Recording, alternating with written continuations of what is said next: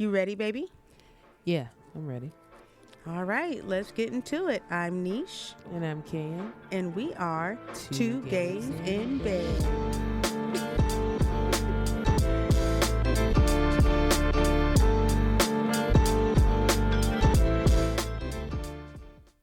And we back. And they're at it again. And we back. And we back. Mm-hmm. He came out with a new song. Who? Chance the Rapper. I don't know if it's a new song, but I think it's just like getting a public push because he recently did like a performance somewhere. But the song is all about like black injustices. It's pretty interesting and not what I would expect from him, because usually all he talks about is drugs and his ex-wife. Yeah, well, that's definitely a step up. I feel like he had his I was trying to give him a little props. I was gonna say sometimes he has his moments where, you know, he kind of talks about what possibly could be going on in the world today, but it really isn't that often now that I think about it. So yeah, I like his drug rap, but it's good to see the light skins coming back. We got Chance the Rapper. We got J. Cole. Yes. And we got Vic Mensa as well. He's been doing his thing on the socials. Yes, Lord. Every time he pulls a orange from that tree, I know he about to come with something. It's true. And, I mean, it's flame. Yeah. He can't even eat the orange because it's Ramadan. That's true. He said that. That's true. I saw where Moneybag Yo's, what's that girl name? The one he with? Ari? Yeah. Her face scares me. Yeah. She said that she was going to be going, you know, that she was going to do Ramadan to support him. Moneybag Yo? He's Muslim? I guess so. I didn't know that. There's so much going on right now. The only one, outside of, I can't think of that boxer right now, but who, like, I know is French Montana. French Montana is it? Oh yeah, because he's from Morocco, ain't he? Yeah, he's devout. Like, he doesn't play when it comes to Ramadan. You know, but he's the only one that I know. Actually, he's not ashamed. He's proud. Not like a DJ Khaled. Oh yeah, there's a lot going on. There's Ramadan. There's the Lunar New Year. There's Lent. Lent, yeah. There's the eclipse. Really? All that happened in like the same week. And you know I'm woo-woo, so I'm like, what does this all mean? So you're the fire horse. What does that mean? Yeah, well, we're going to find out. Yeah. Prayerfully. Yeah, and went to my first, Ash Wednesday? Yeah. That was pretty cool. I'm glad you enjoyed it. And getting the ash on your forehead and everything. Yeah. So yeah, that's what's up. It was nice. Did you enjoy it? I did, and I feel like I learned a lot too. And the way that it was set up by our pastor and the speaker, and yes, we go to church, contrary to popular belief. Yes. The way they set it up was just very low pressure. It was like, you have to give yourself grace and meet yourself where you are, which is nice, after coming from a church where it's like perfection or hell. Wolf. Yeah. Say that again. So, yeah, I definitely enjoyed the experience and looking forward to this journey that I'm going on for the next 40 days. And 40 nights. And 40 nights. Well, not quite 40 now, but was this 38 days? Yeah. Yeah. 38, am I doing it right? Yeah, 38 days. Yeah. Okay. I don't think it's going to be too hard. If I could stop drinking Pepsi, I can do any damn thing. I mean, truly, you are going on almost 2 months now. 3? Yeah. 3? I mean, 2 completed months, Completed. Going into my 3rd month, yeah. But that's just how I am. Like, usually, if there's something to be stopped, I just stop it, like, cold turkey. Yes. My dad's that way, too. He stopped smoking cigarettes cold turkey. Yeah, well, he did that for you, though. Yeah, I had asthma. The doctor was, I have asthma. Pump by the side. Pump is right there. Yeah. The doctor said, stop smoking or move the fuck out. Yeah. Which one is it going to be? He chose his kid. Yeah. Some people would have chose... Wild. Shout out to Pops. The Mary Jane. No, but for real, though. He left me a little bit of whatever. seriously though. How's this week been? This week has been we had like a pretty busy beginning, then it kind of slowed down, then it picked back up. It did. Yeah, but so far it's pretty good. I feel like we talked about sleep regression last time. I just want to update you all and say it's still kicking our ass. Yes. Something about that baby boy. Ooh. He just does not want to sleep in his bed. He don't. He's so damn cute because he'll climb out of his crib and he's figured out how to open the door and he'll come in and he'll be like, go, mommy, what you doing? And we'll be like, get back in the bed. And he'll like cross his arms and go, no. And sure, he said, and then he'll shake his head. He'll be like, no. Like full-fledged, I don't know what you're talking about because I'm not getting. And then like we always know when he is out because his bed is pretty high, so he just has to like he jumps down. So all we hear is like doom, doom, and then we know he's on the way. And sure enough, every time he comes in there, he like my wife said, he's learning how to open doors, and he actually locked me out of the house a couple weeks ago. Yikes. So yeah, he's been fun in this new this new year. And then so the past couple weeks he's definitely had the sleep regression, but now on top of that, this week it seems that he has caught a little cold. And when baby boy number 3 is sick, like my wife, he gets really bad nosebleeds. So that's fun. Yeah, so it's like, it's your normal sickness, can't really breathe well, obviously, cough, congestion, and we also do think that he may have a touch of the asthmas. Although he can't be properly diagnosed at his age, but my wife's a vet in this game. When our daughter was about right before she was 3, you were like, asthma. And I was like, are you sure? I'm like, yeah, pretty sure. So, voiced our concerns to our pediatrician. She was like, oh, yeah, well, yeah, as you know. And then as soon as it is time for, the medical age for someone to be diagnosed with asthma is 4. And literally, was she diagnosed the month after her birthday or like 2 months after? Yeah, it was very soon after. It was very, very soon after. So it's just like ping, So now whenever baby boy gets sick, sometimes my wife is like, I think he might have some touch of the asthma, but we'll see.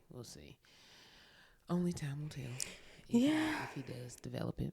But at least we know how to handle it. Yes, very, very, very much so. I've learned a lot in this asthma game. And epilepsy. Oof. And epilepsy, yes. We deal with some major medicals over here. We got some health sensitivities, but and it's so good because everyone is aware of each other's thing. Like, our oldest has to get his medicine, and our middle kid will, let him know, or, well, Avery, the middle one, she knows how to medicate herself. Like, she don't play about her pumps and her asthma purse. So I didn't have that. I don't recall having that knowledge when I was her age. I didn't know what the heck was going on with me. I just knew I was going to the hospital way more than I should. And that is the importance of, because we set her down pretty early to explain, what this was, and you gave little explanations, little examples. One time, that was it. Yeah, of what what it may feel like. Hey, if you ever experience this, and then I remember you was like, make sure you look at that clavicle. Yeah. So just learning. When you see her bones, I mean, she's working a little too hard to breathe. Yeah. So just learning her little quirks and little tricks of the trade and stuff like that. But yeah, she's definitely getting really, really, really good at that. She knows when to, well, not always. I was gonna say she knows when to sit down, but but she will, if she is tired, she will definitely say she's tired and take a little seat. But a lot of times we do have to let her know and remind her that she does have asthma. Yeah. Yeah. So, A for asthma. A for asthma. So yeah. Yeah. So outside of that, it's just been a pretty weekend now. Here we are at the end of the week, about to get into the weekend. My goodness. It's here again. And next week is going to be bonkers. Yeah, next week is going to be, we're definitely going to try to get an episode in. That one might get a little earlier, actually. Might be able to get that one out a little earlier. Because we have such a busy week next week. The kids are going to be gone for a couple days. So we're going to try to, anytime the kids are gone for a couple days, we try not to jam pack our schedule, because we've learned from that, because I'm pretty sure any parents out there can relate that whenever you do get that opportunity, whether it be rare or whether it be common, you want to be able to take advantage of it. So we, would try to just fill those days with just about everything. So, okay, in the morning we're going to get up, we're going to do this.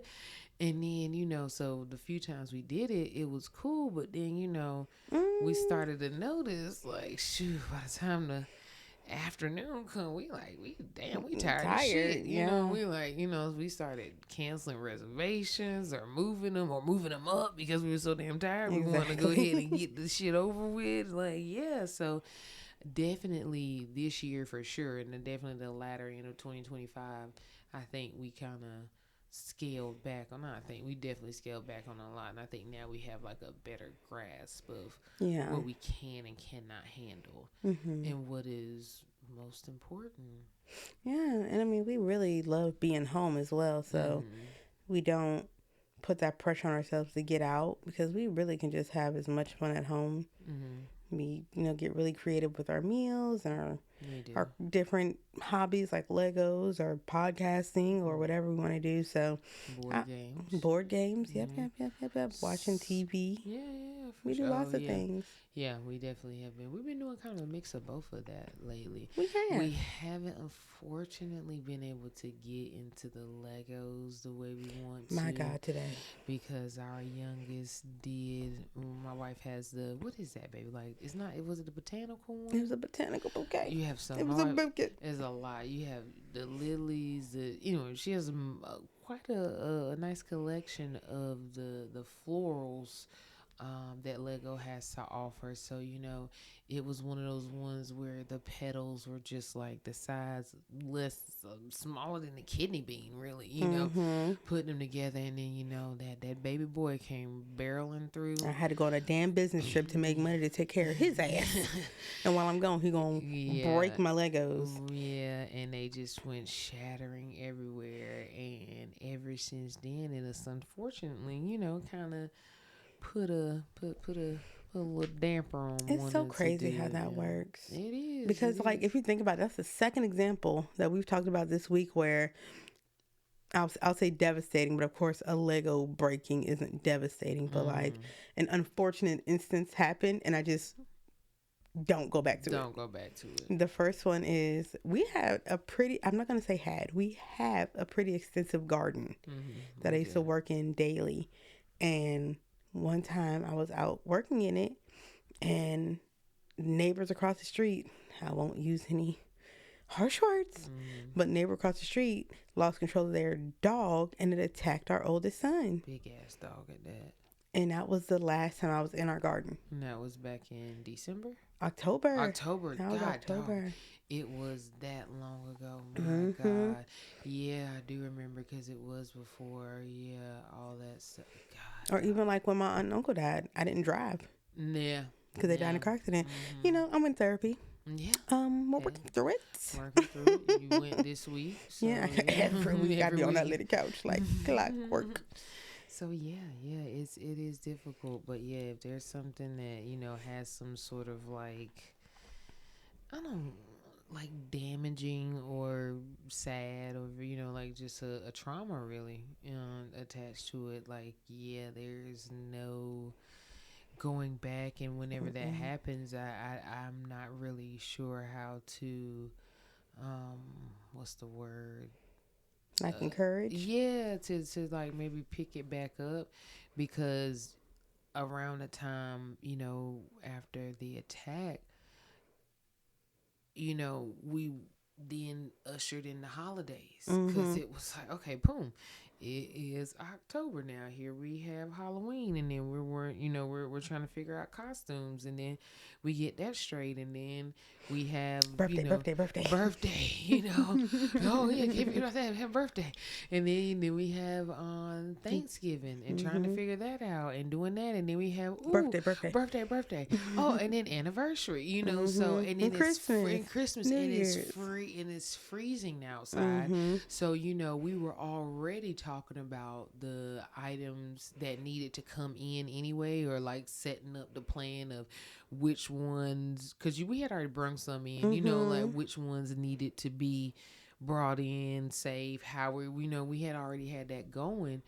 And then when that happened, it was just like and yeah, I just didn't know or don't know like how to, to, like you said, to encourage that, to be like, hey, because we were already headed towards a transition where it was going to slow down anyway. Right. And then it just, unfortunately, but fortunately, the holidays were a distraction. Yeah. And kind of like, I wouldn't necessarily say a welcome distraction, but it definitely an expensive distraction. You say that again, but it allowed, because so much was going on, and then December is also just a hard month. Yeah. In general, so my God. Exactly. So why does everybody decide to die in December? Something about it, man. So yeah, so. But I have to say, I do appreciate you acknowledging that, because I think when you're like dealing with trauma and situations, you also deal with a level of guilt because you can't operate in the same way that you once did before said trauma happened.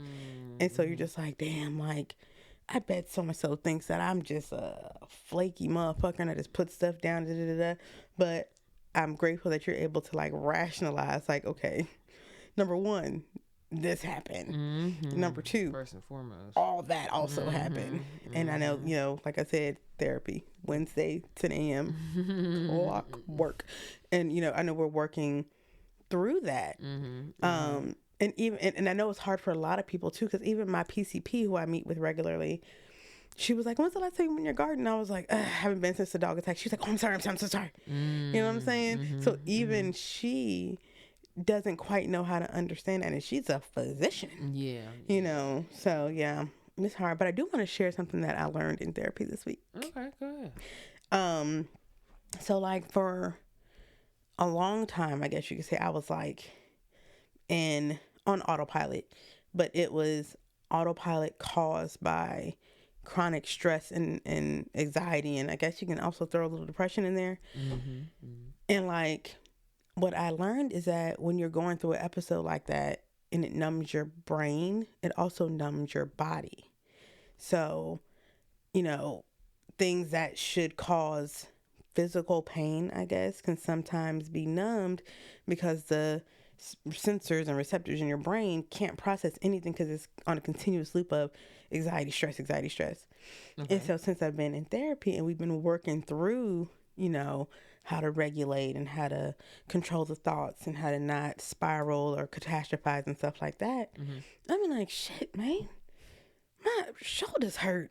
My ankle hurt. Yeah. Oh gosh. What is you could barely stand the other I know, day. what is this pang in my body? And so I told my therapist, I'm like, I don't know what the hell is going on, but my everything hurts.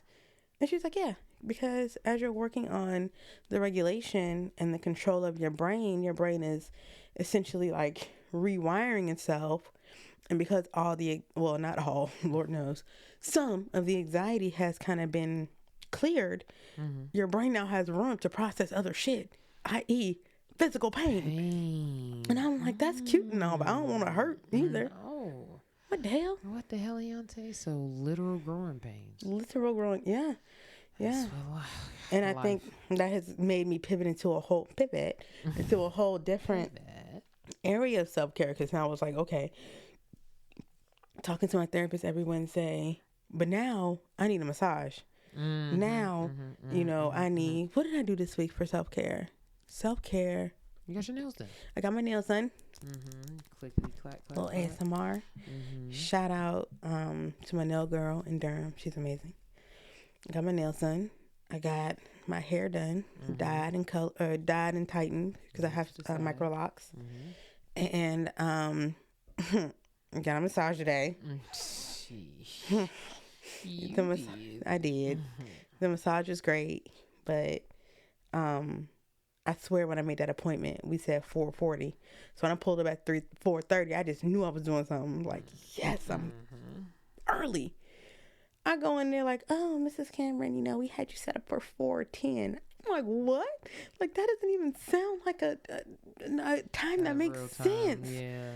And she was like, oh, well, I can see if the masseuse can take you for a few minutes or whatever. So, of course, it took her forever to do that. And so, like, in my mind, I'm like, every second is costing me about 27 cents. Literally. And so then she comes out and she's like, oh, yeah, she says it's fine. We just need you to fill out this paperwork. And I'm just like, I don't need to fill out no paperwork. I filled out that paperwork. She was like, oh, no, but, just liability. You gotta I said, I was here less than a month ago. Right. I don't need to fill out no damn paperwork. She was like, oh, you've been here before? And I'm like, oh, my God. Like, I've been here at least 25 times. At least. And so, again, more time wasted. And so finally, we go back or whatever. But before we do, I'm just like, is it possible that I could just reschedule? Because there was a misunderstanding with the time. And they were like, you can reschedule, but we still have to charge you. Bitch, what? Full price? Full price. Motherfucker. That's not a reschedule. That's not. And like, okay, am I the asshole? Whatever. I have been a business owner, a service provider. I've worked in sales like my whole life.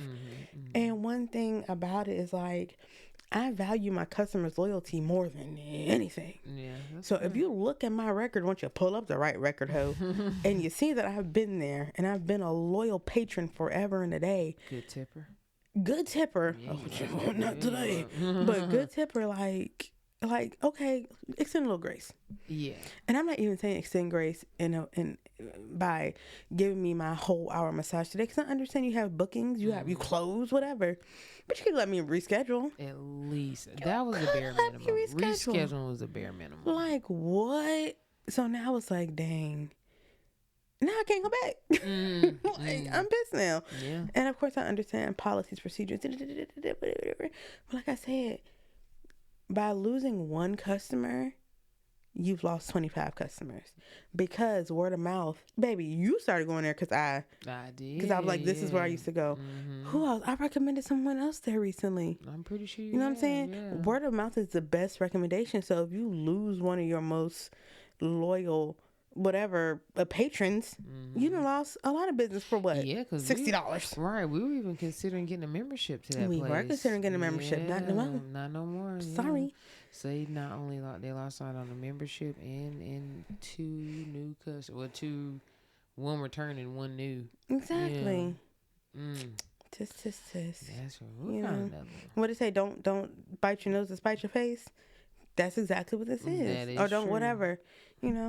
Whatever. That's crazy, man. Yeah, they could at least offer the reschedule. That's the barest of the minimum. Exactly, but it's all good. Yeah. I'm so glad and proud of myself for taking care of myself, and you. Me too. Need to do the same. I'm trying. Are you?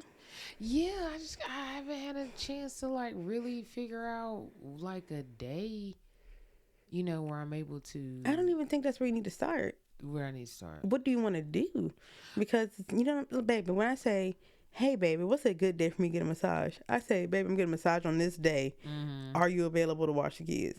And that's all you would have to do as well. But, first you just got to figure out what you want to do. Yeah, no. See, that's the thing with me. I don't always necessarily, like, need or want something to do. Like, I would be okay with just getting in the car and, like, taking a drone out for a little bit. That's something to do. Yeah. But it's just like, for me, I don't think about the activity. I focus more on the day, because if I'm able to lock a day, then I feel like the activities to follow. Because, like, of course, there'll be things that that's a bad sentence. Of course, there are things where I know that I need to do. Like, for example, I had to do that return today at UPS. That's kind of, that's an errand. Errands even. But, like, a time where I can be like, okay, this day there's nothing really going on that needs some, that would need me to be a part of it. And then, just let that be it. Because I could find something to do. That is not a problem. But yeah, no, I mean, I'm one of the people that can just literally just go, just go walk around in Burlington and be fine. just as content. Come home with 30 pairs of socks. With my AirPods in. And it's sometimes for me, it ain't even about, I just like to look. See, that's something me and my grandma used to do all the time. Just like go, just like literal window shopping. That's dope. Just look around, I think that was kind of her way of getting her exercise and stuff like that. And that's what we do. Just go to different shops, and if we find something, we did, and if not, it was oh well. We just, we just out and about that day. So yeah, there have been plenty of times where I feel like I have enough willpower to be able to walk in a store and walk out without purchasing anything. I think you do too. Yeah. Yeah. So, me, I go in, I know exactly what I want to get out. That is true. See, that's how you are. And for me, it's like I don't necessarily go in a store with the intentions of finding something, but if I see something and I like it and I get it, that's how you know I liked it. Yes. That's how you know that's true. It had to, because, I mean, if I buy it right there on the fly like that, I must have really wanted it. Remember that time we tried to get them white Nike pants? I do. I do. Yeah. And that's because they were $4. I'm so glad you decided not to. Them. I resold them. That's true, though. And next time, I'm like, okay. That's and I'm going to go ahead. I know. I'm going to throw them in the bag. $30. There you go. That's true. Easy money. Yeah, no. So, yeah, that's really okay, but next week, I want you to make sure that you take the time to do something. I definitely will. Promise? I promise. Okay. Because, like this week, we had field trip. I had to work. Baby. Okay, but this week I still fit in time to get my hair, nails, and massage done. Hair was what? I got to the shop at 1. I left at 4:30. So that's 3.5 hours. Yeah. Nails, I got there at 12:42. I left at 4:45. I was like, I thought you had been kidnapped. Okay, but I got a design on each nail. I see. Like, the nails are the bad. Result now, yo, they fire. They fire. See the end so that result. was 4 hours, and then that pissant fuck ass 30-minute massage. So baby, I mean that's 8.5 hours amongst everything else that we had going on. Yeah. So you can and should do at least that for yourself. Cause you off what? Hold on. Nah, yeah. You off a couple days. I'm off a couple days. I'm off a couple days next week. Well, see, that's the thing. I feel like my off days happen to fall on weeks where something is required or something we have to do. Like, funny how that happens. For example, events, balls. Next week, exactly. And those are all my days off. So it's like when I say it's hard for me to find it. It's hard sometimes for me to find a day. Like, okay, but would you feel comfortable with just going out and doing something for you even when the kids are gone? Because we have a day. We do. My only thing with that is that I just don't ever want something to take away from like our time, I guess. I ain't going nowhere, girl. I know, but no. I mean, comfortable, I guess. I wouldn't know. I wouldn't feel comfortable before talking to you. Like, no. I would. Yeah, there would be no immediate comfortability. You know what I'm gonna be doing? If you were to go somewhere and the kids gone and I'm home by myself, what am I doing? I'm doing one or two things. Sleeping. And well, not your nails because they done already. True. Washing clothes. Baby, come on. Well, editing or doing tech stuff. Sleep or reading. Reading, sorry. Or reading until I fall asleep. That's it. I think there was one time that something like that happened. I think like you went out to brunch with a friend or something like that. You left. I laid down. I went to sleep and I woke up when you called me saying you was on the way home. That's how that goes. I love me a good nap. Yeah. Okay. I got you. Okay. We'll figure something I'll out. remind you. Thank you. Dang, where did this whole train start? We started talking about TV shows. What TV shows? We were talking about like TV shows and movies and stuff. Oh, yeah. We have been watching some stuff. We watched we watched the Tyra American. shit. Jesus. Think about what they've You gone want to be on through. time? Think about what they've gone Egypt. through. Think about what they're going through in Egypt. We kind of have a hot take when it comes to that, though, and I think social media has kind of changed the way we view things initially. Because how so? I think, looking at the promo leading up to the show or the special, and then looking at the special, it's very easy to villainize Tyra Banks totally. Now, do I think she deserves some of the heat? Absolutely. Yeah, Tyra, what the hell? Yeah. Like, yes. But do I think Mr. J and the J and Miss J and Nigel, do I think they're completely innocent? Absolutely no. Do I think they strategically put together a panel of former contestants because they knew it would be like an echo chamber, like a hate train for Tyra? Yes, because there are a few. Takara, Eva the Diva, and I'm sure there's some others too who like. Yeah, because I stopped watching them like season. I think I started watching season 9. Yeah, it went downhill from there. Or whatever the fuck they called it. When all the other reality TV came around and she felt like she had to compete, she got stupid. Yeah. But there were some contestants that really, go hard for Tyra and think that it was a valuable experience, but none of them were on the show. Yeah, because them hearing those stories, that was wild. Especially that girl who looked like not herself. Who's Shandy? Still working at Walgreens. Shandy's still at Walgreens. I'm sorry. Now that's a choice. That was something. That is a choice. That was. Shandy was on that damn show 15 years ago. I said, my God. I mean, it is some true despair in that. But yeah, I thought it was wild that when you got eliminated, they had to sit there and continue to go on with the cast because they couldn't go home. Like, imagine being eliminated week 1 and you had to go the next 13 weeks just traveling around the world with these people. I'll be taking the best Can't naps. talk to your family or any of that. And you probably 18, 19 years old, some of them, and never been away from home probably. And then poof. I just wonder if that was all disclosed ahead of time, because if so, doubt that. Then that's a decision you made. I highly doubt that. I highly doubt that. I mean, because that's the point of those shows. The point of those shows is to put all that little shit in the fine print so you won't read it.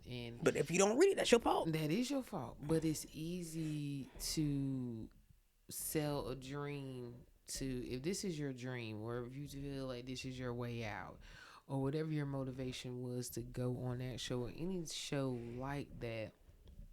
I'm sorry, you're gonna be gullible. Yeah, you're gonna be that's easily unfortunate. It is. You're gonna be. And chances are you don't have like the support system to guide you and make sure you're making the right steps. Because chances are you're trying to get away from them. Because a lot of them. Well, I shouldn't say a lot of them because I can't remember all of them. But some of them in the documentary. Now that we're sitting here talking about it, a lot of them share similar stories from some very small towns. And, was the ugly duckling, or, like they came and just like poof, they turned. So it's not like they were, because that girl's from Idaho, Iowa. Danny is from Arkansas, you know what I'm saying? And then the other one was from some middle of nowhere town, and the one that loves Jesus, and then the one with the fucked up teeth, she was from some, what I'm saying? So it's like that. Those are even more susceptible to people just taking literal full advantage of them. So yeah, they know what they doing with those shows. They do. Yeah, Baby Shandy was on that damn show in 2004. Jesus, we were still in high school. And she's still at Walgreens. That was 22 years ago. That is a choice. That is. Now, that definitely is. That's crazy. Yeah. And I don't even understand that because, me, I did a little deep dive or whatever. She has a pretty popular podcast. Really? And that also makes me question some things because you got to question everything. Yeah, nowadays especially. But, like, she has a pretty successful podcast. Danny was on there saying that she won't getting booked until somebody pulled the receipts and was like, actually, you were in this campaign, this, you know what I mean? So it's just like you said, it was the Tyra train. Tyra train. But again, she does definitely deserve some of the heat. Oh God, yeah. And even with Mr. J now, Miss J's the one who was the walk coach, right? Yes. It broke my heart to hear that I'm assuming this is pronouns, had a stroke and was in the hospital for a year and a half, and when he said, I used to teach models how to walk and now I can't walk, I about broke down. That was so heartbroken. sad. It was. But you That know, nigga could walk too. Boy. yeah, he God, could. But like him, I don't feel like is as messy. I do feel like the messy is kind of ticking up now, but the other one, J Manuel, messy. Yes, insecure, messy. He's one of those queens. Just he's messy one of boots. those queens. And so, like with Miss J, like the stuff that, because I mean, honestly, they all said horrible stuff. All of them did. And I feel like when Miss J said horrible stuff, you know, it was funny. Yeah. Like he'll tell, them girls like, oh, you when you walk, you like a crackhead. I'm sorry, that shit's funny. Yeah. You know what I'm saying? Like, or whatever. Like, it wasn't like that. But then, oh, dude, the queen is like, what the fuck is going on with your face? Like, fix it. I can't do it for you. Like, I can't smile for you. You're giving me nothing, like, or like he admitted when he was up there, thinking he was going to bat for Tyra being the ugly, one and laughing, ha ha ha. But that's in them. He's from that old school group that, does that and still does, because they think they wanted the girls and he did. And he was in the room and still is with a lot of very famous women. So, yeah, but that's why I say I think he's insecure because pretty much it just went whatever way. Yeah. It broke his heart so bad when Tyra stopped talking to him and he was defending her. I'm sorry, but I'm not gonna feel so compelled to defend any adult like that outside of you. Like they should be able to do it themselves. And then they put you down like a bad habit and you look embarrassed. But I bet good money if Tyra were to come around and present a successful blueprint of something and have some major backing, all of them would be signed up again. They will. I'm telling you right now. They will be in their good graces. Wouldn't even flinch. If she was to text them right now, they'd be like, okay, yeah, we got it. Yeah, but you need to see where we need to be. Miss J, she been dropping the shade about Tyra not reaching out. And I've seen such a mixed bag of opinions about that. Because on one hand, people are like, you were her employee 20 years ago. Y'all not close. Why would she visit? Yeah. But then other people are like, she helped make your career. And I do lean a little bit more on that side. Like, even if she couldn't show up physically, she could have been more present in the ways that she could. Yeah, she could have. This is my thing. She could have showed up. Because that man, that happened 2022? Yeah, so that was... Yeah, I mean, yes, it was COVID, but we were back outside at that point. Yeah. You know what I'm saying? Like, we all know why you moved to Australia, and it was to evade the public scrutiny from that fucking show tanking the way that it did. And when you left everything behind, including those people. So, yeah, all three of them are hurt. All three of them hurt, and that's why I feel as though if she were to text, I feel like she wouldn't even go as far as individually texting them.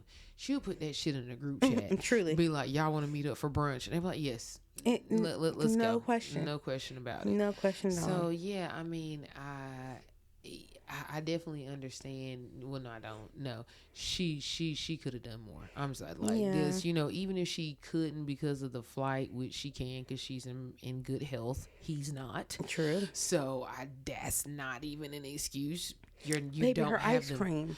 Fuck that ice cream. Let it melt. I'm pretty sure it's nasty in fucking ways. Regular bitch, ice cream. There's nothing special about that. I mean, you have money, so you could afford a flight. You know what I'm saying? You could be there. There's absolutely no excuse for her not to be there for any of them. Honestly, any of those three, for sure, no excuse. Yeah, it doesn't especially him. Especially him for sure, because he preceded the show. Yeah, he did. I mean, J Manuel did too, because he was her. All of them makeup. Did, really. Yeah. I mean, that was her team. That was her team, and kudos to them. And my thing is, it's like that's also, damn, that's actually a good point too, because they were also on Top Model, and they were able to maintain a career during and then also after it ended. So it can be done, but yeah, there is no excuse for her. I will not give her grace on that. Do you think she deserves all the heat that she's getting, or do you think the heat is compounding just because of the amount of like public and social attention it's gotten? I think if she wouldn't have looked like she popped 15 Valium Yeah. and put on that fake ass fucking TV face and voice, I think people would have a little more sympathy for her. Yeah, But it's she giving looks artificial. so fucking smug and fake. And what she say? Boo boo. If Boo I would have boo. known. If I'd have known, boo boo. Oh my, that is That'll get you punched in the so face. Boo boo and condescending. bless your heart Ooh, on site. it's so fucking condescending. And then I also saw where the J Manuel dude said he would never repeat what Tyra actually said to that Tiffany girl during the fight, but he really did. And apparently she was like, "I'm rooting for you."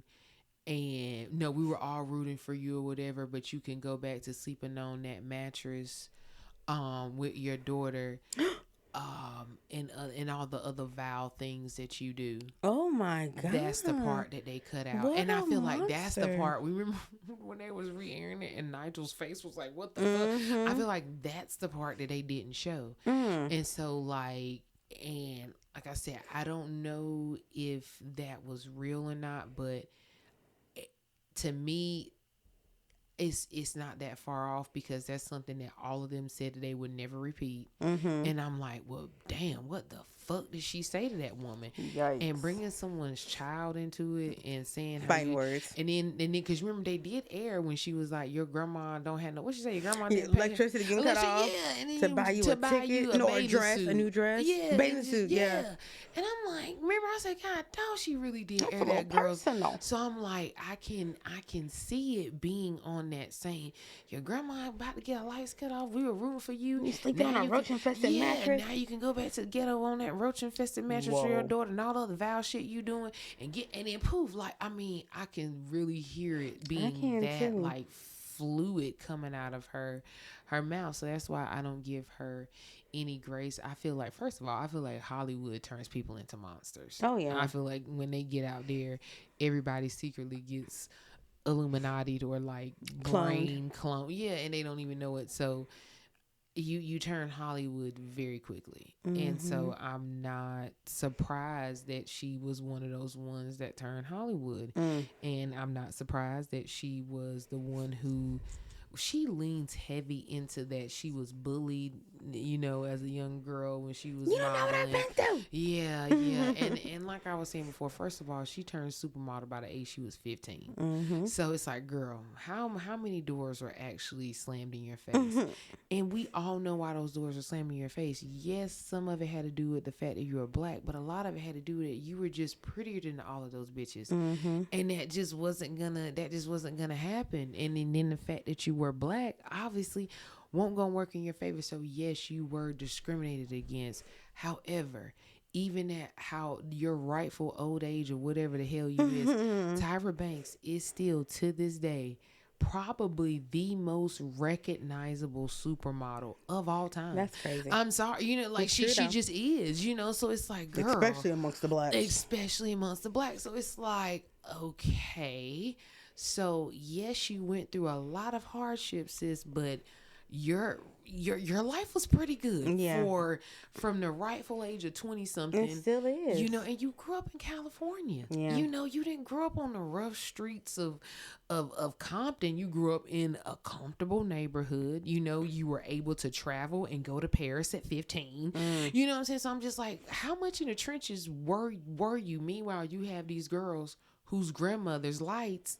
are actually about to get cut off because they believe in their child's dream. So I'm like, nah, fuck her. Yeah, for her to say that and in the same breath say you don't know what I've been through is wild. Exactly. Like, and I'm not to say that she didn't, because yes, you know, being black, I'm pretty sure there were doors that were automatically never going to open. And just like she said with the other previous contestants, that there were doors that weren't going to be open for them because the top model and because they were black. And I feel like she was the telltale of when the bullied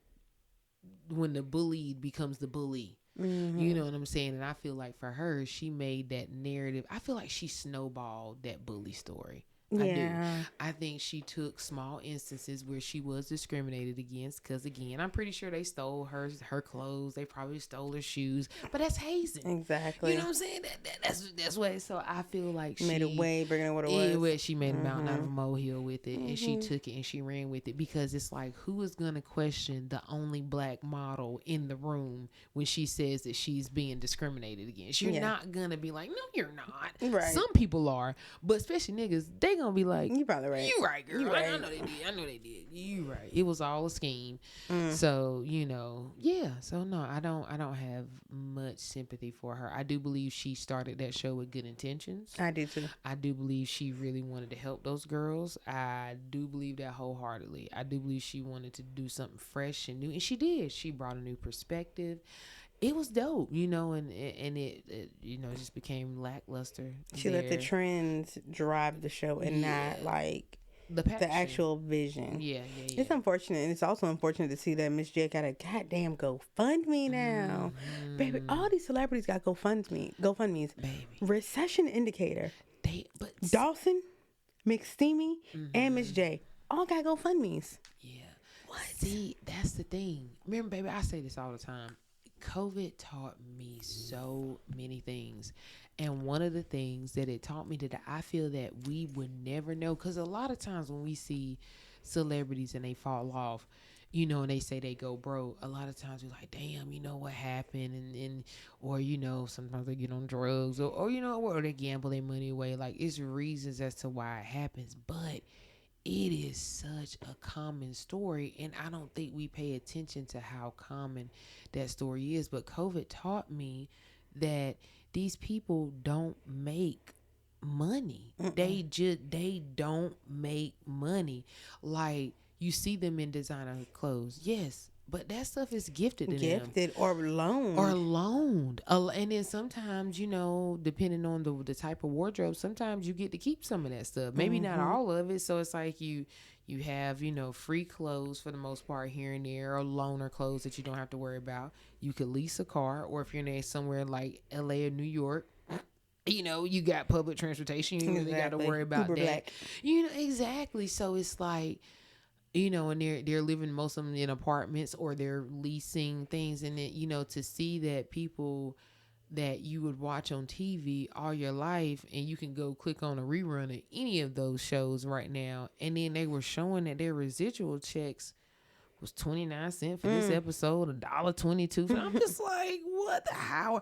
And then remember I was saying, I was like, that's when it clicked to me, and when I started to understand, because I would always wonder why Angela Bassett was always working. Yeah. Because I would be like, this is the GOAT. Like, why is she on television? Like, why are you doing these roles? You know what I'm saying? Like, I just couldn't understand why she wasn't a Halle Berry. Like, because Halle Berry, what TV you ever seen Halle Berry on?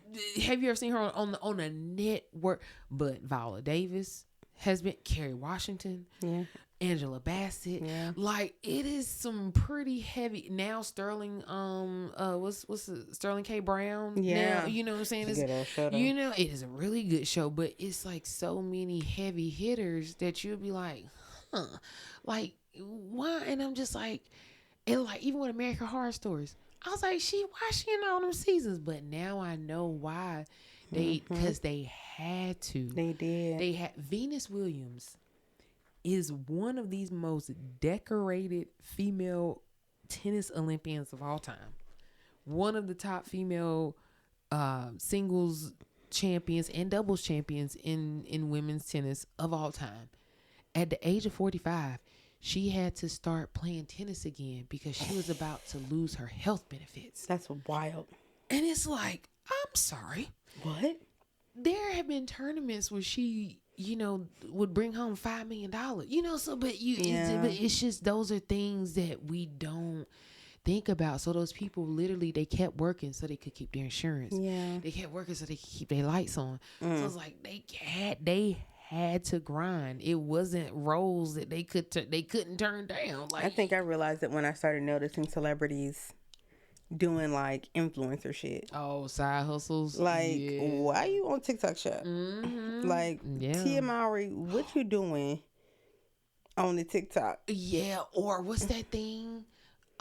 Where you can pay the celebrities to like send you them like, Oh, baby, we went down a yeah, rabbit hole of that. There's this platform, I can't think of the name of it right and where now. you can like, But it's like celebrities Uber go for on there. celebrities. Yeah. Well, not like Uber because you can't select the driver, But but like maybe like a dating app for celebrities. you can choose them, and then you essentially are contracting them to do some sort of voice or some sort of representation of themselves. So like for instance, my best friend recently, I think she got like the black ninja, the black Power Ranger to wish her son a the happy birthday. original dude. Yeah, and he charges like, depending on what you want, but like starting at $250 to do whatever. And most of the times it is like happy birthday or anniversary or shit like that. But like they're recording these little videos to make this little pocket change. And it's like, Yeah. what in the world? Yeah, and then it's like And there's some big celebrities on there. it's some major ones up there. So like for example, if you are a fan of, oh god, can't believe I'm saying this, but if you're a fan of Soulja Boy, or not even a fan, you know, whatever, and you on there, it's want called him, Cameo, that's what it is, and you want him to do a quick 15-second video to wish your husband or boy, whomever, happy birthday, and you want him to say, yo, happy birthday, David, you know, I hope you out there cranking that Soulja Boy. Like, you can literally write what you want them to say and all of that, and whatever their rate is, you pay it. Like, baby, Brian Baumgartner. Who's that? From The Office. Oh, yeah, Kevin. His rate is $195. For him to wish me a happy birthday. Yes. That ain't bad. Iced tea is $3.50. No. But it's just like, these are not people that you would ever expect to be on to need to do this. Like, no, you know, and I saw that Dawson had a GoFundMe, like we said. Miss J got, Neo was on here. I'm sorry, for $200. Who? Neo. Oh God, that's so crazy. But it does go to show, like you say, that the celebrities, they out here struggling too. And like when I look at like these celebrity podcasts or whatever, and this isn't to toot our own horn, we just really have a love of technology. But I look at them like, damn, they using the same shit we use. Yeah. Like, no, like dead ass. But yeah, it's a fantasy. It is truly a fantasy, and not to, you know, not to harp on my boy anymore. I should say harp, but not to keep bringing my boy Cole. But that was one of the things that he said as he made 2014. He was like, that stuff y'all see on TV, he said, it's not real. He said, them bottles, that section, them clothes, that jewelry. He said I got in them rooms and I went to places. He said I looked around. He's like, this shit ain't real. not at all. And that's why ever since that album, you don't see him wear jewelry. That's when he started really growing his hair out. You know what I'm saying? He doesn't, you know, he's not flashy, you know, in that sense, because he was like, that's why I said the other day, that's why I was like, I really feel like he got to that mountaintop and was like, what the fuck is this place? This is fake grass. Yeah. Lord, why is Billy D. Williams on this shit for $325? Oh, I thought you about to tell me he died. No, Lord, they've been dropping like flies. I ain't gonna lie though. If my grandma was still alive, I would have. You would have did it? I would have did that, yeah. Gary Owen is $100. Who is that? Gary Owen? Gary Owen. That's crazy. Oh. But who was that celebrity who admitted that like all of the jewelry that you see them with is fake? It's a couple celebrities that. Oh, you talking about Chad Ochocinco? Maybe it was him. I think Bad Baby said it too. Yeah, it's a couple ones that admit that, especially the rappers, that the chains that they wear out like that are 100%. Is that Phaedra? That's Phaedra. Oh, Faye. How much is hers? $195. Damn, that's cheap, bitch. That is crazy. Yeah. It's hard out here for a pimp. It is, yeah, but nah, they say that stuff is. He said, nah, that stuff is. He said them cars be rented or don't even be theirs in general. You know, he said when them lights come on, it's real life. It's dog eat dog world, and I think that's why he was like. That's why I think he really took the time to figure out how the fuck can I still do this music thing, still be relevant, but also not allow myself and my life to be consumed by that. You know what I'm saying? Like, no one's ever seen a picture of that man's kids. Nope. Like, ever. And won't. And won't. No one's ever. And it's quite a few celebrities. Who was another celebrity? We still ain't seen their child's face. I think that child like 15 years old at this point. It's been a couple that have successful. We've seen Carrie. We've never seen Kerry Washington's kids before. Nope.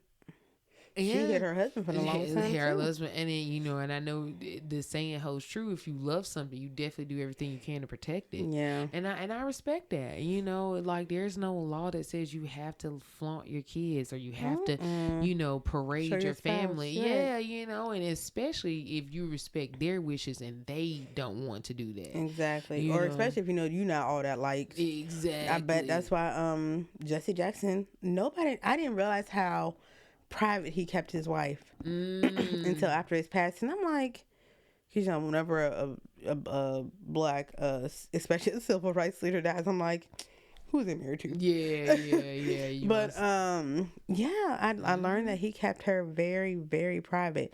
Now, I also read that he was dating while he was married. Oh, I don't doubt. But it's like it's just something you got to do. Yeah, it is. It's crazy that man is dead. Yeah. Just former Aggie, our quarterback. Aggie Pride, Jesse Jackson. You know how I feel about that nigga. Yeah, I feel about that nigga. Gosh, the internet ruins people's perception of people. Like, what? It does. And like I was saying earlier, I've never really been, that much of a fan of his as far as his politics, because I've always viewed him and Revenal kind of the same, with the attention seeking, type thing. Just my grandma would probably call them ambulance chasers, like the people who just, like chase the money, chase the bag or whatever, chase the story. He capitalized off of he MLK. did. He lied and capitalized off of MLK's death. I feel like he just figured that. I mean, kind of similar to what Erica Kirk is doing with her husband's death.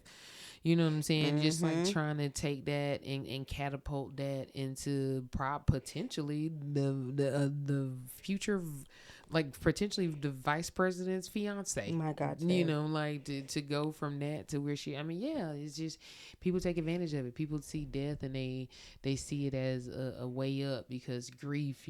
People get really foggy brain during grief. Yeah. So and it's just so crazy how like after he's passed, and we do we all knew who Jesse Jackson was. I am somebody, whatever. We grew up being taught about him. Exactly. But then after they pass and you like commit a few minutes to doing some research, all this stuff comes up. Like, I didn't know he was the reason why we are now referred to as African Americans. Yes, he is. And people hate that. Yeah, but he thought he was doing us a favor. Yeah. Exactly. So MLK. And it was when MLK realized that he wasn't, that's when he started to conspire to kill him. And you know what they say? The friendlies don't wear ties. That is so crazy to me. Yeah. And this is a history that our kids are not being taught, because the government owns the books and the class pictures. They do. Yeah. What is this world? Yeah. I just never really, I never. Yeah, he came in during a time where civil rights was the thing to do. I see it no differently from anybody else becoming famous off of whatever movement or whatever thing that's happened. And he was able to, sustain it for as long as he did. And I think he tried to combine King's message with, like the King mentality mixed with a little whatever the shit he had going on in his head, mixed with a little Malcolm. But in all actuality, at the end of the day, it was still self-driven. It was. And he thought, okay, first of all, let me just say, I do believe that to an extent he was a government plant and did some inside jobs for them. I will say that. And it's so crazy how he did all that, sacrificed his reputation only to die, and the government say he cannot be laid in the rotunda or whatever for observance. Yeah. Like, that's how they do you. What? That's how they do you. They will use you, abuse they lay you till they don't. And they lay till they don't. They will throw you out to the wolves. And yeah, he just was never, like I said, he wasn't one of those he wasn't one of those civil rights leaders who made things easy for the opposition. Like he really, he put belt to ass, but just not in the sense and in the way that I shouldn't say but that he needed to. Yeah. Like he just was, to me, he was just a bit out of touch at that point, because by the time he was running for office, he was already getting up there in age. And then, people didn't like the rhyming and all that other stuff. And yeah, it's just, it was just a He lot. played the safe route. He did. And I feel like, that's similar to what MLK did before he had his awakening of sorts or whatever. But it's like, to say we want equal rights, we want to be treated equally, we want to be accepted by, the white race. That is a safer route than saying we want to be respected and we want to have, the same opportunities and access and everything like that. But we gonna stay over here. Right. We gonna do our thing over here, and y'all stay over there.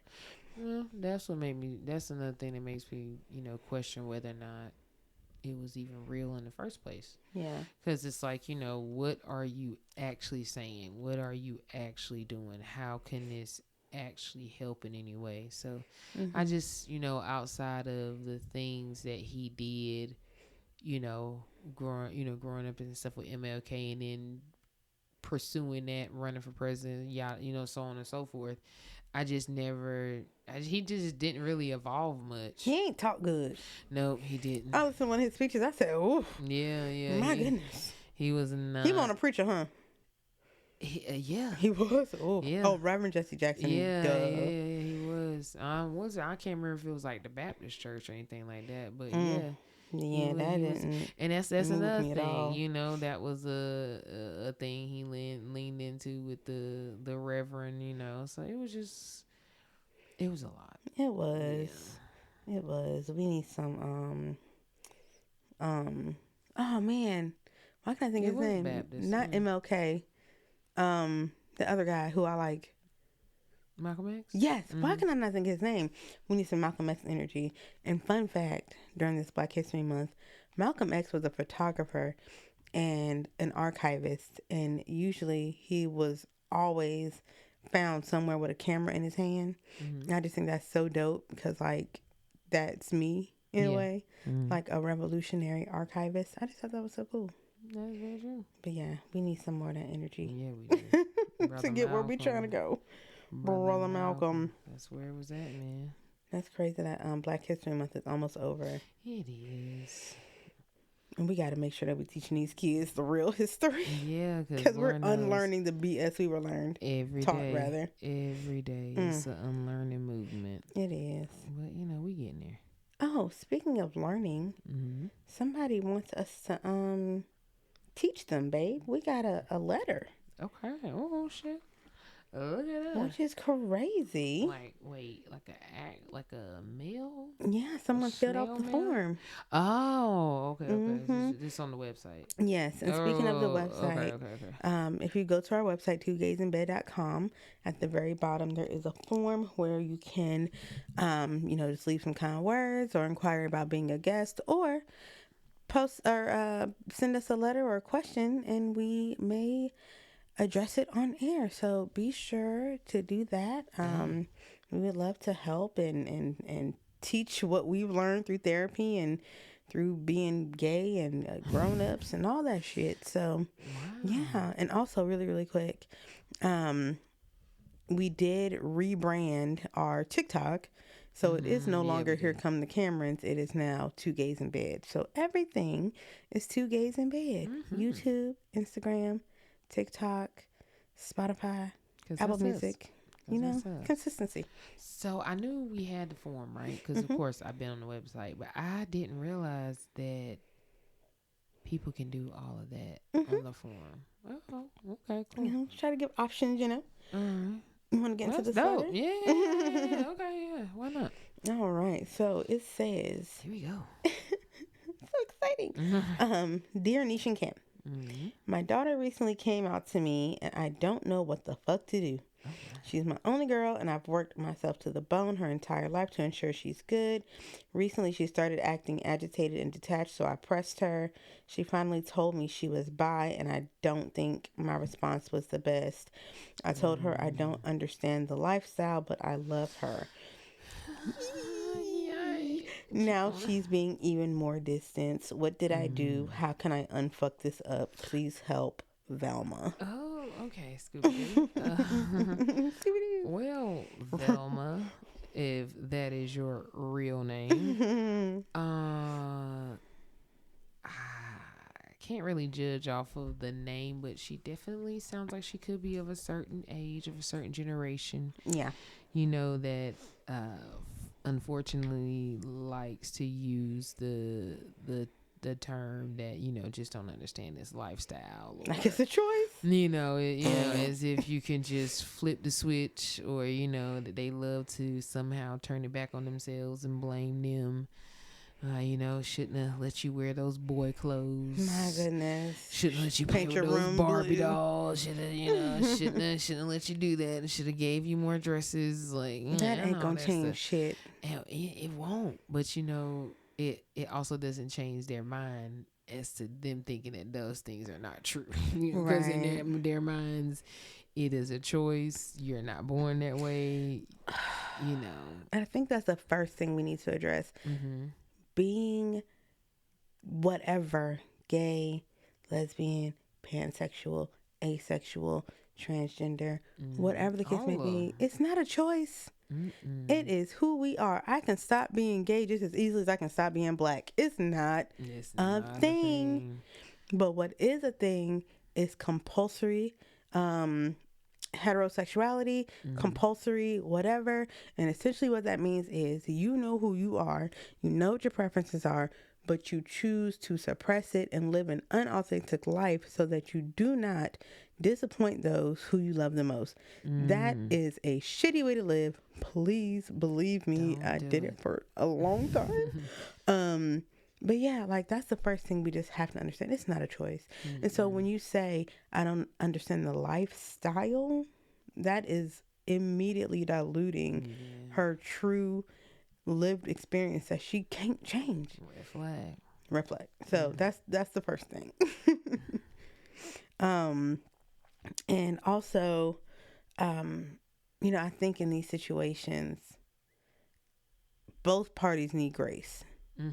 Because just as much as you don't understand what this may mean for you, your daughter, your relationship, also she doesn't understand the difficulty that you may be going through trying to process it. So I think that's certainly something that needs to be extended on both ends, and therapy is great. Yes, Lord. Individual that's the and next group. place we can start. Yeah, You know.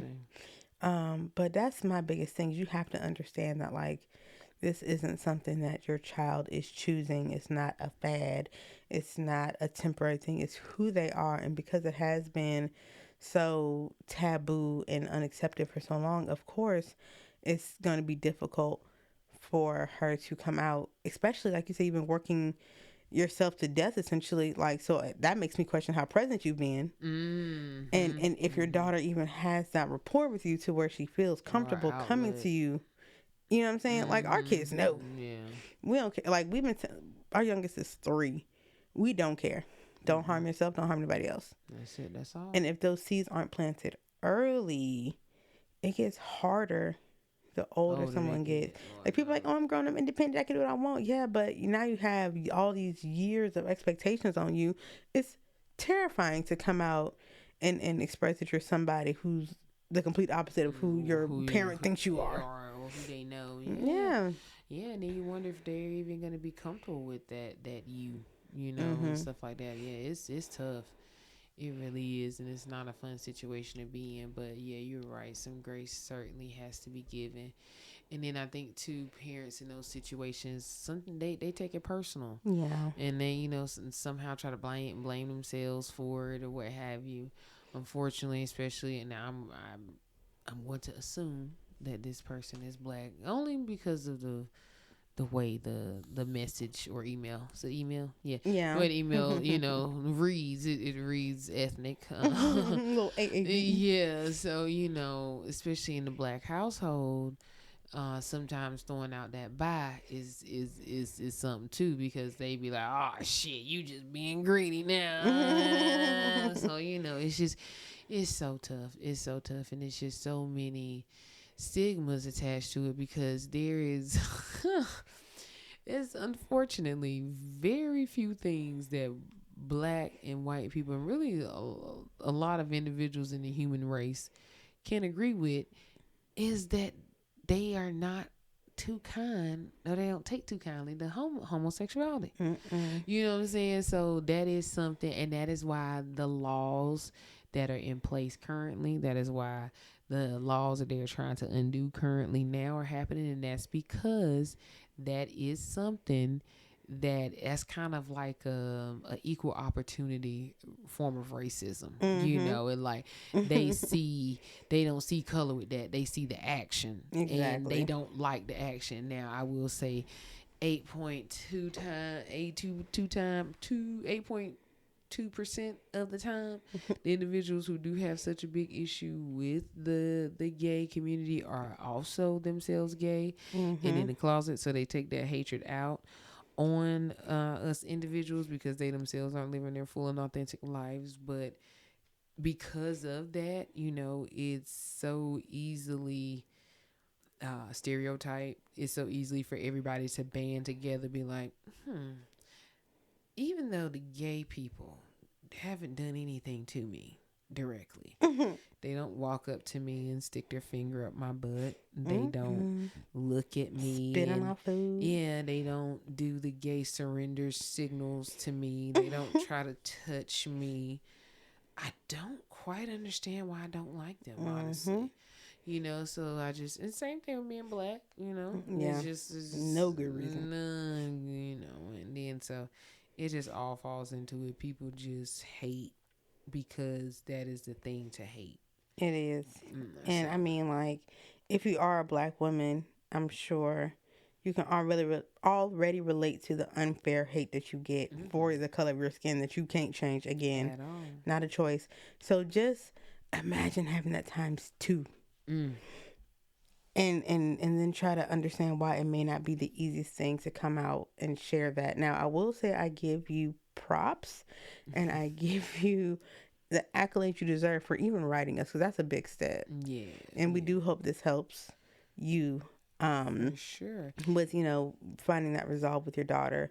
But you definitely got to look at it that way, as if it's not a choice, because it's not. And you also have to just try to put yourself in her shoes and realize how difficult it is. And also, lastly, I'm not saying this is the case with your daughter, but what you have to also just prepare yourself for, maybe possibly, is maybe 2-3 months, might be 2-3 years down the line, she just saying, hey, you know what, I'm gay. Gay, full-fledged. Because bisexual coming out as bias, it's safe. It's safe. It's like a soft launch. I did that.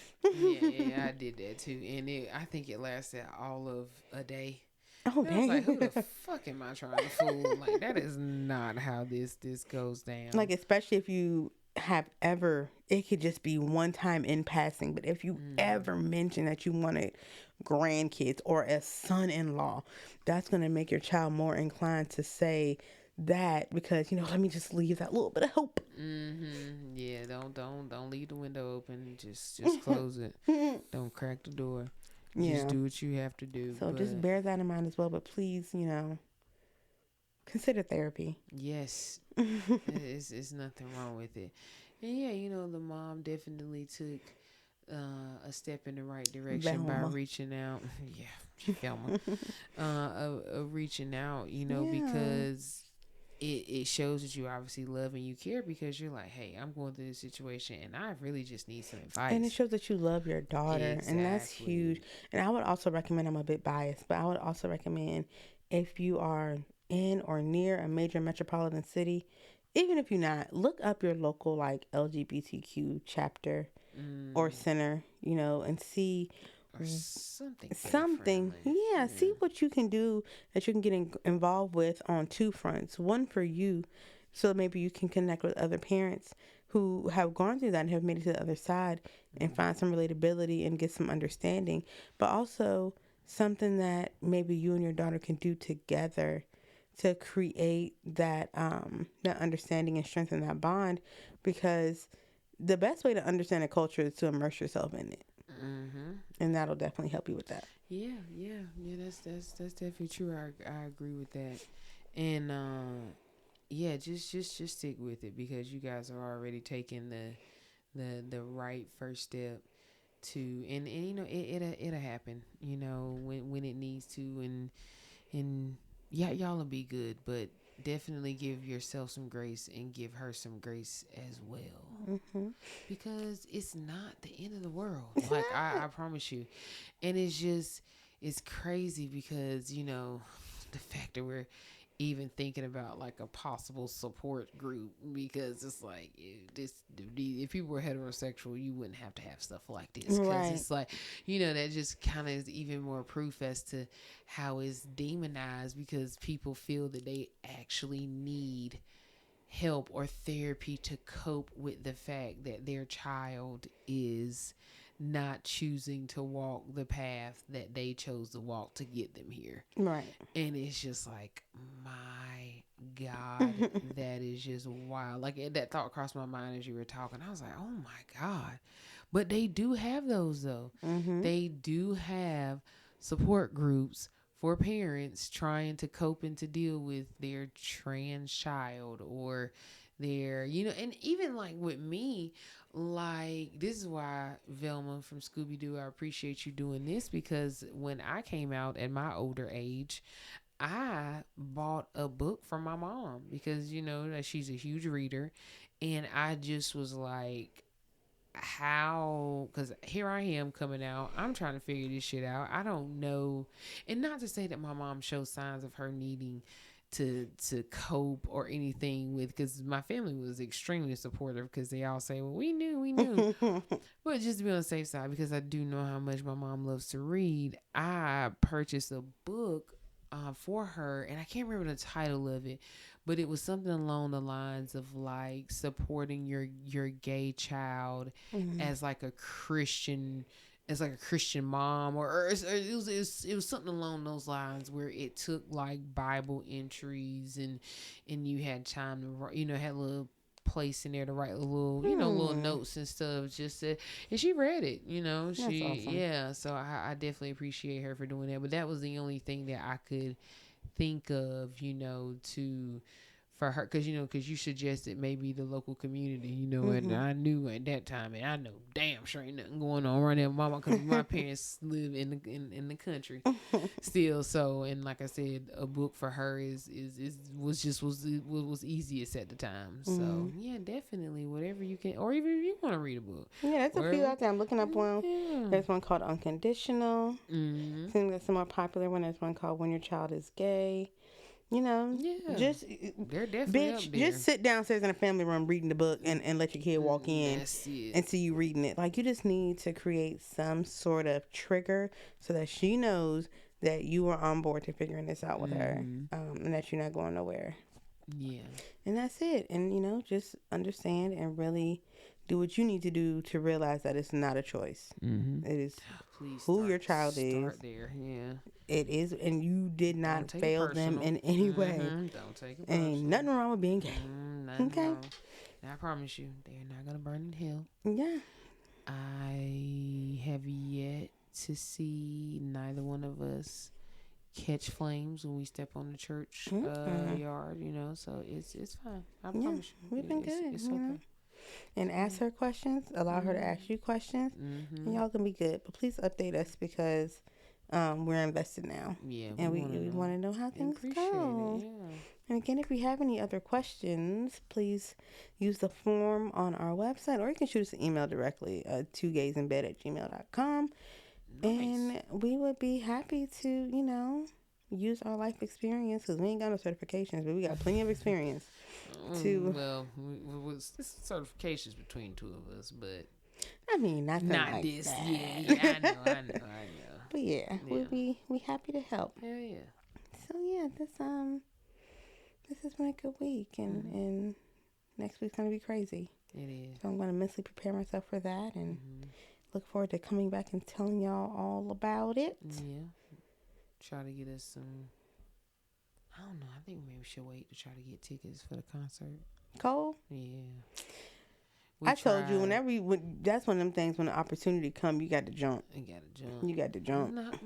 Yeah, try today to get the tickets in the hometown. That's true. But I appreciate I didn't want to him. bring it up, but I didn't want to hurt your feelings. I appreciate him for doing that. You know, even the 30-mile radius thing. That was stupid. I'm sorry. That's a.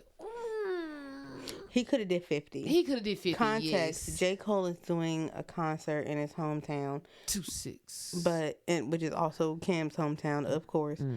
But I think it was the first 2 hours you had to be in a certain radius, and it was 30 miles. 30 miles. You had to get be tickets, and we are at 48. Your billing address had to be within 30 miles. Like, you couldn't live 30 miles outside of Fayetteville. And like, I tried, and it really did not go through. Like, it said, no, you don't meet it. Far out. Yeah, it's sad. It's I saw one tweet. I saw one dude say he should have put the 2014 Forest Hills Drive as his business, has his billing address. I was like, God, that was actually very funny. That was clever. Very, very, very funny. But yeah, I appreciate it. I'm pissed, but I appreciate keeping it within 30 miles, because I think about something like Ann. Like, that really is a Fayetteville thing. And it's not something that you do all the time. But if you see somebody that you haven't seen in a while, you do. And so it is a type of energy that comes when you're in your hometown. And then because that venue is so small, it's a small venue.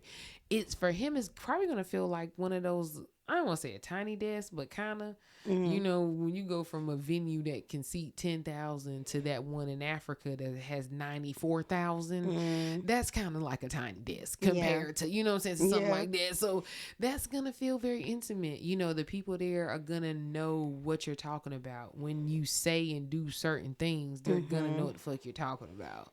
I don't think I call conspiracy though. I think there was doing some shady shit when it came to that. Like, not necessarily Cole, but I think people were tricking the system somehow. Kind of like the Ulta World thing. How people were getting in, I wasn't supposed to. I think this happened there too. I think a lot of people that should have gotten tickets didn't. Yeah, and a lot of people didn't realize that you were able to buy them in person.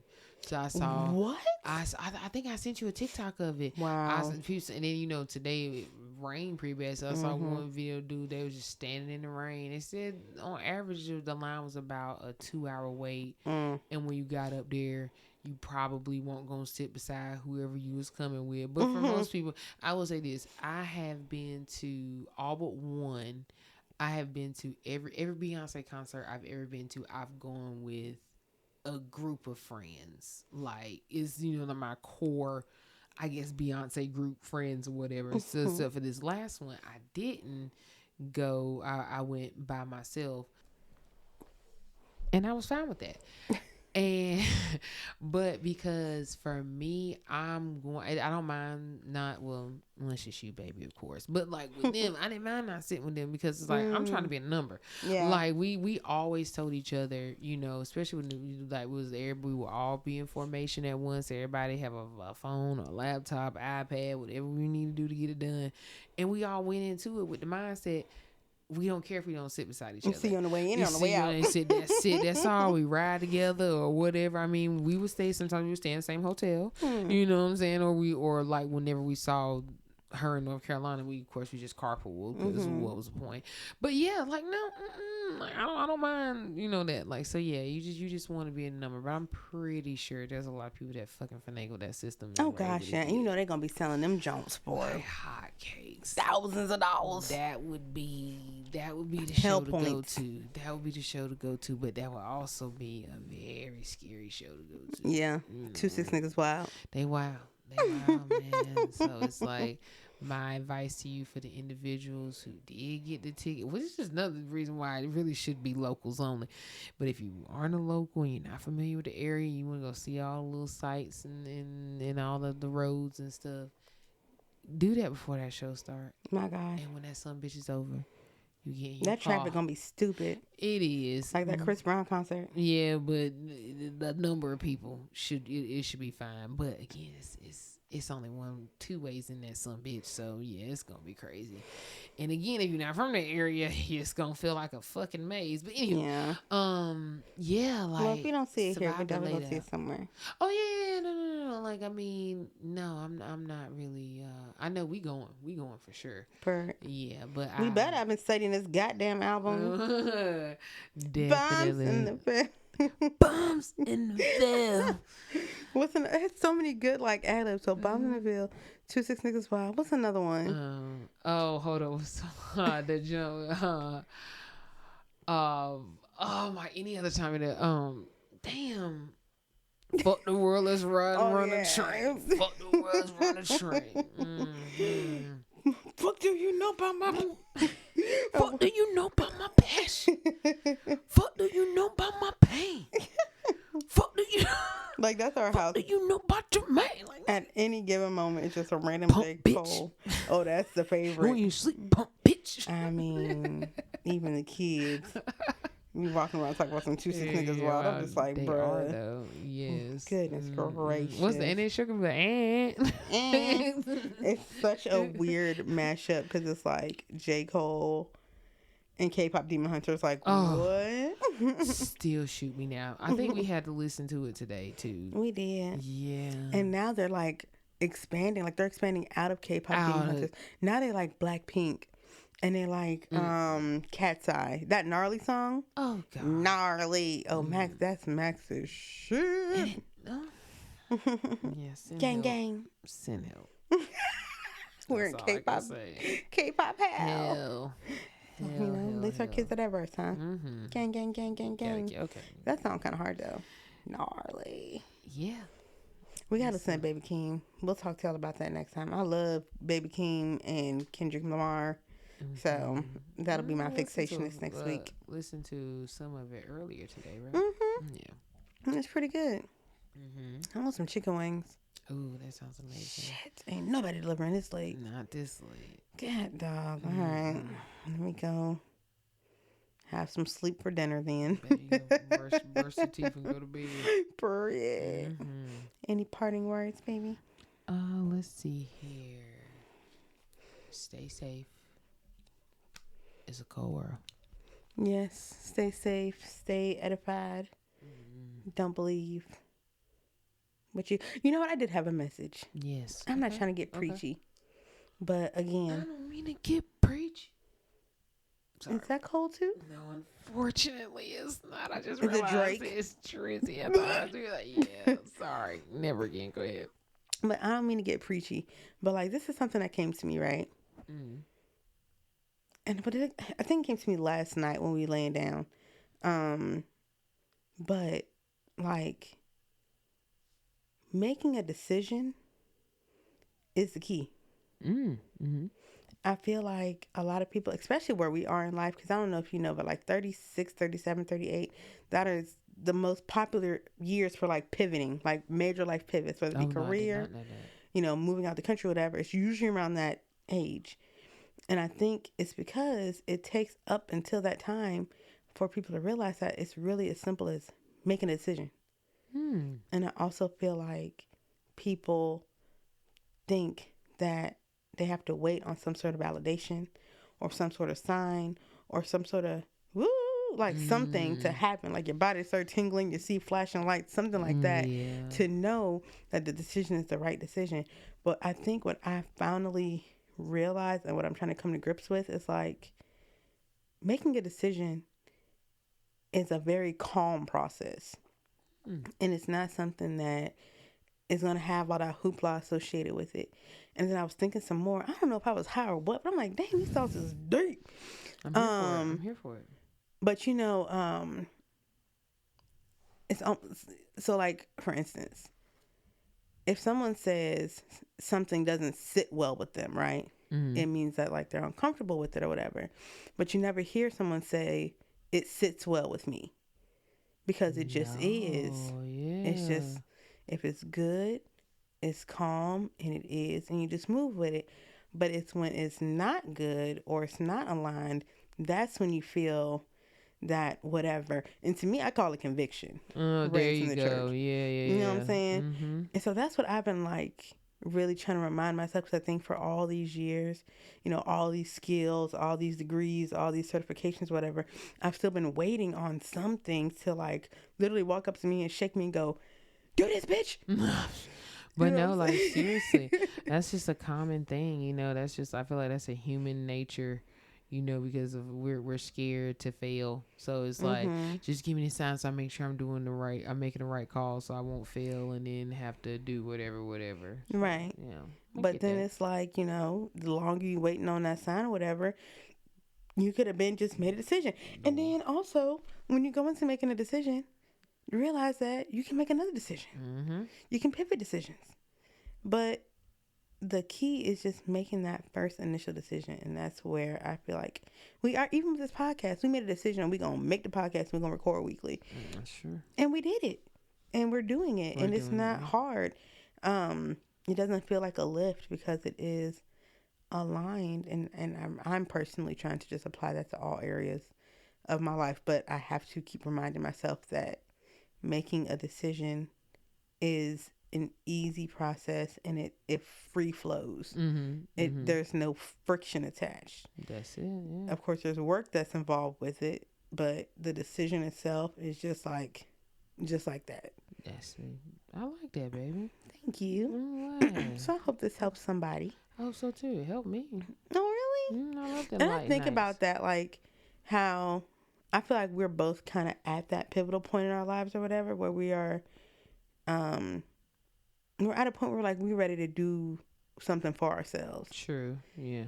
And I feel like it could manifest when you're in kind of like that deciding phase. It can look one of two ways. It can look your way, where you have been very consistent at the same, you know, kind of doing a similar thing, of course, progressing, but for a very long time.